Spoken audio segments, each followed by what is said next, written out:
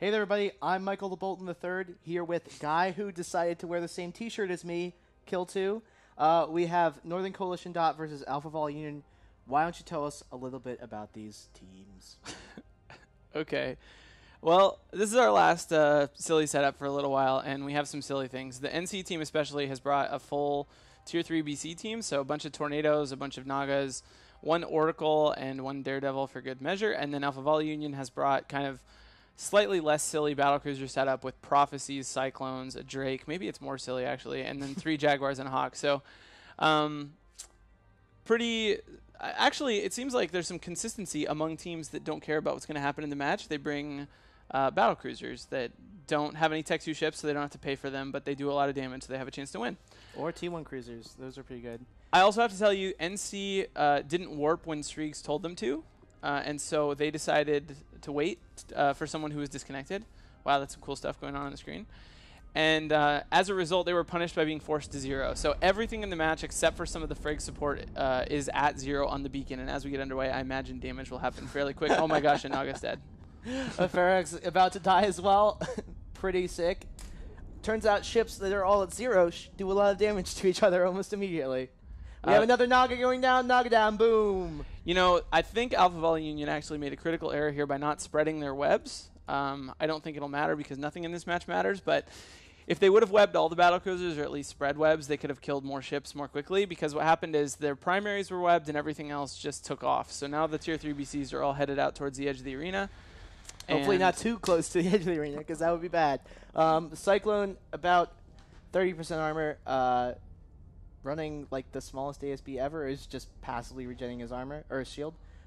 Jaguar also taking damage. Oh, web on the Tornado. That Tornado will probably die in the next couple seconds if something catches it and does damage to it. Now, Tier 3 BCs, we can talk about those for just a second. All right, let's talk about Tier 3 BCs. Nagas are pretty cool, right? They are cool. Actually, the rest of them, Tornadoes and Oracles, boundary violations. The boundary violations begin. Bam. There's one. And Bam. there's the other. Nagas are not so good for boundary I was about violations. to say they're good because they're fast. I guess in this case, that might be a problem for the NC pilots. So maybe they're just really big fans of CCB Shrees, giving him the opportunity to press that big red button and explode some ships. Maybe. I actually was wondering if their whole intent this match was to get on his nerves. So maybe they're just repaying him now. Well, they actually did like mess around and force him to warp to 0, and there's a lot of chat in local. Yeah, they didn't warp, and then they chatted in local a lot despite warnings, and then they got punished, and then they flew their ships through the boundary. Daredevil dead, Hawk about to die. Boom. Things are dying, Kill2. So I guess these other battlecruisers are trying to be serious. It looks like one of them's about to get tackled. Oh, there he is tackled. So that Oracle's going to die. I was going to say Tier 3 BCs are actually good against Tier 2, Tier 1 BCs because they're so much faster. They run around, they do damage from long range. They have bigger guns. They have bigger guns. They should be actually fine in this match if they weren't punished and forced to warp to 0. And also boundary violating. Or if they didn't fly through the boundary of the arena. Yep. Now, how are you feeling today? Like, we woke up pretty early this morning. We went out and had dinner last night. I feel amazing. You feel chipper? I was feeling bad, and then I had that Cyclone ice cream, down. and now I feel better. Cyclone down. Yep, yeah. I don't know. I'm pretty tired. And, you know, when I wake up in the morning, I just feel great being next to my good friend Kill2. I know you do because you come in with your boxers only on and they're turned inside out, and I don't like it very much, but you seem very happy. There's no washing machine in our place. What do you expect me to do? You just flip the stuff inside out, and it's clean on the other side. All right? We can't wear the same thing every day.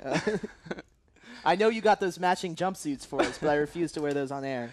We just catch this tornado so this ends, please. He's trying to escape. NC Dot, make sure you kite as much as possible. My question is, why did CCP Bro want you to touch me? Because he came in and whispered in your ear, and I think that this, for some reason, is exciting for him. That was totally unrelated. We just like to whisper in each other's ears. Okay. Sweet nothings back and forth with me and CCP Bro. He is a pretty sweet guy, so I guess that's not surprising. Tracking computer on the tornado, I don't like that choice very much. Final battlecruiser, boundary violated. NC Dot putting Kill2 out of his misery, letting him escape to our private time during studio. Gonna throw it back to Soundwave during our private time.